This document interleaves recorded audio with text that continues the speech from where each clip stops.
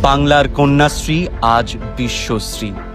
রাজ্যের 1 কোটিরও বেশি ছাত্রীরা আজ পাচ্ছেন কন্যাশ্রীর সুবিধা। কন্যাশ্রী প্রকল্পে 13 থেকে 18 বছরের ছাত্রীদের বার্ষিক বৃত্তি 1000 টাকা দেওয়া হয়। কন্যাশ্রী 2 প্রকল্পে 18 বছরের কম ও 19 বছরের বেশি ছাত্রীদের এককালীন 25,000 টাকা বৃত্তি দেওয়া হয়।